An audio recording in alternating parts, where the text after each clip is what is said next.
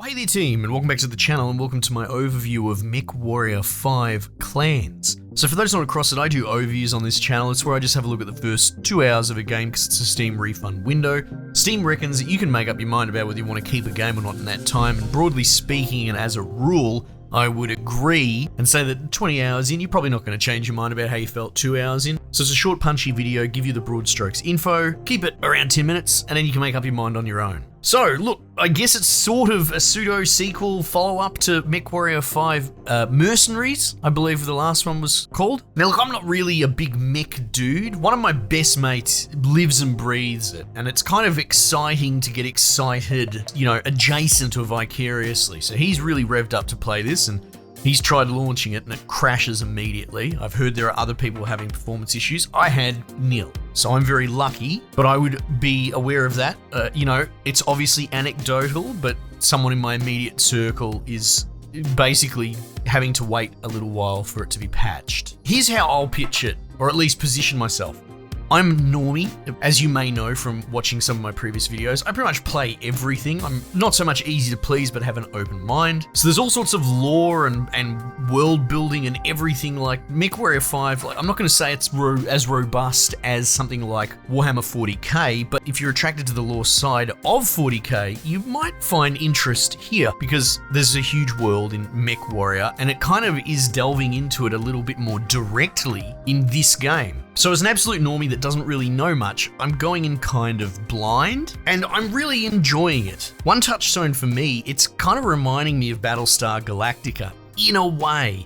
There's this sort of space tribalism, but this game takes it to the next level and turns the dial to 11. Whereas that was just an aspect of, say, Battlestar. In this MechWarrior universe, you have, houses, clans, and they're all very kind of, like Klingons, but with a little bit more sophistication. Bred for war. Again, this is just service level stuff that I've picked up along the way and from playing this. And you were part of this clan called Smoke Jaguar. And as best as I understand, they're like an exile clan, and then there's sort of maybe an inner world area where they were exiled from, and there's some tensions there, but the whole idea is it's a hyper-militarized, eugenics to the nth degree, bred for war, and you're this young, upcoming dude, or rather, you're kind of a group. It may well have you play as different perspectives, but it does seem at this point framing you from this dude, Jaden, the leader of the Star, which is to say like a 5-man squad. And they all came from the same bloody,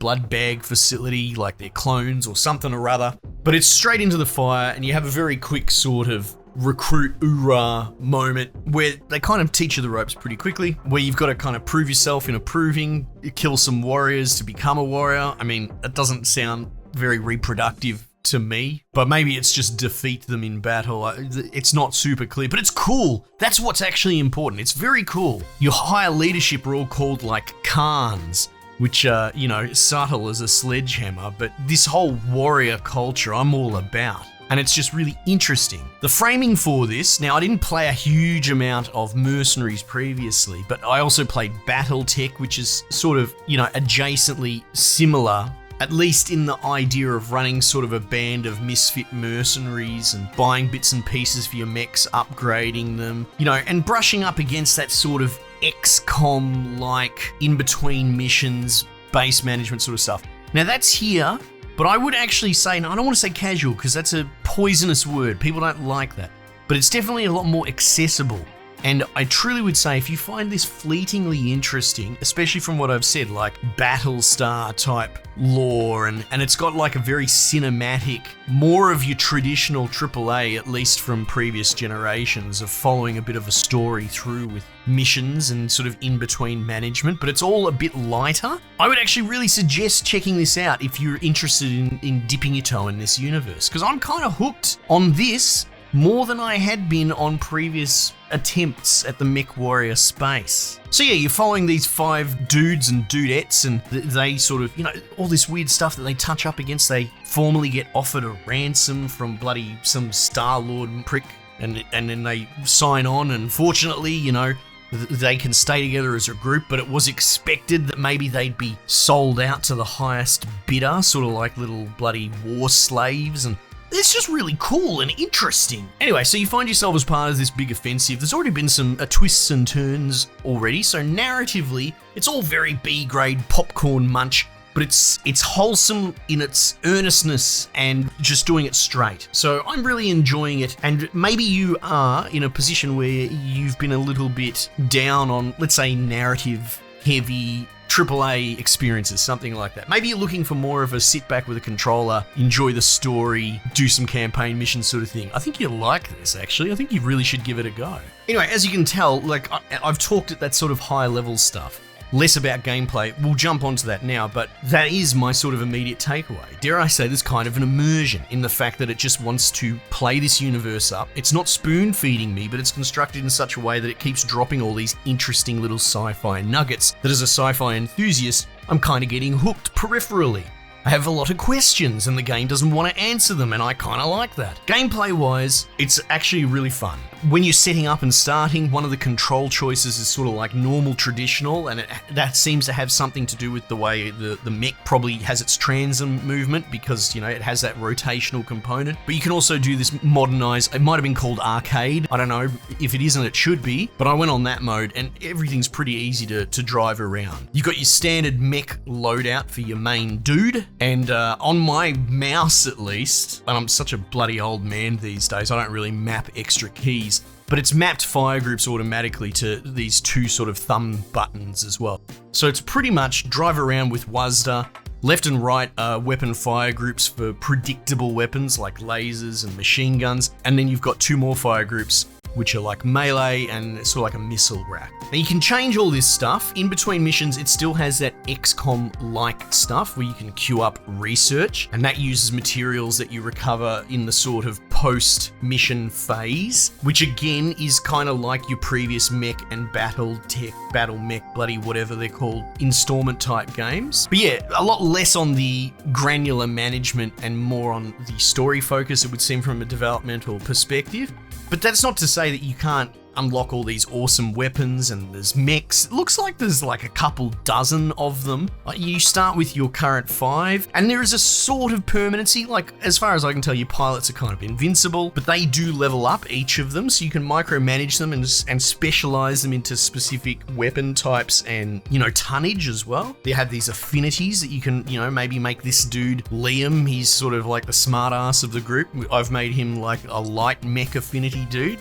Stuff him, you can have a little girly car. And so yeah, you start with these default mechs, but they will take damage and you can only repair so much between missions as well. So, you know, I got thumped a little bit in the last mission I did, got me bloody arm blown off, but whatever, just walk it off. The game will auto-allocate techs after a mission as it sees appropriate. You've got like a pool of 10 at the beginning, but if you've got a few left over, you know, you can sort of allocate them around and you can buy more mechs and swap people in and out. Like, I've unlocked a new one and I'm gonna check that out on my next mission, so that's pretty exciting. I had a little bit of a look at the sort of fiddling around, changing out all the slots, and it does still remind me of the previous Mercenaries games and BattleTech. You know, the UI and layout seems very similar as I remember it, but I didn't fidget with it too much, and I found trying to put a big old bloody penis enlargement giant gun on it, the game kind of said get stuffed because there's a weight ceiling and it would seem locked to your mech. So at least the default layouts of my mechs, like for my main one, it has a cap of 40 and he's running at 40 at the moment. So we'll see where the research tree takes me and then buying other bits of equipment.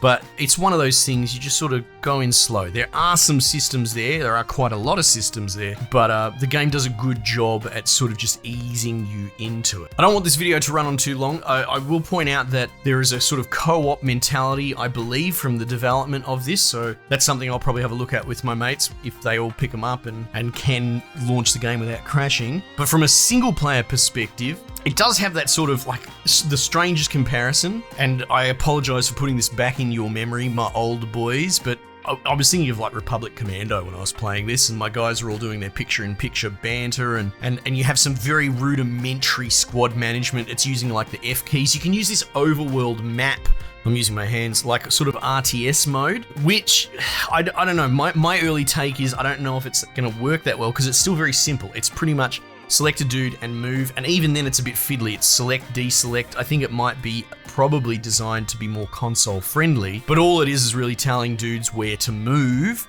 when you probably get more value out of just telling them to form up on you as a group. I can see that maybe you kind of sin bin dudes and put them on the bench if some guy's got both his arms blown off and you don't really want him to take more damage. Maybe you just tell him to sit back a bit, but it doesn't seem to offer a whole lot. You can do it in first person using the F keys, and I'm getting a little bit of value out of that, saying, hey, you guard this position, like I'll put this Sheila on a hill and she'll just bloody blast anyone that pops their head up. So that's pretty cool. So it's there, the utility's there and it's workable, but you can kind of get away with just walking around as a big bloody kill squad blob, deathballing into things, which works fine, again, given the more mainstreamification of the narrative-heavy approach. But I do feel like your little 5-man squad, you probably would get a lot of value out of it playing it multiplayer, because even for the fidelity of your dumbest mate in the group, he can still at least comprehend running it out on the side and opening up an angle and making the AI have to choose between two people. So look, all in all, I really like this. I forked out for it. It's not cheap. It's the high end of AAA pricing. Some people might scoff at that, so be it. But I think it's worth it, to be honest. There are much worse AAA games asking much more, and I don't really mind when a AA game really just earnestly shoots its shot, goes for it, and it just slaps the price tag on the table and says this is what it's worth. But at the moment, be careful, performance-wise, that sort of stuff. If you're dipping your toe and you're not really sure, maybe check out the previous game, at least to get an idea. If you're a mech enthusiast, you've already bloody bought it. But yeah, I think it's really cool. Check it out if you found anything that I said interesting. Anyway, team, I'll just leave it there for the time being, and I'll catch you guys on the next one.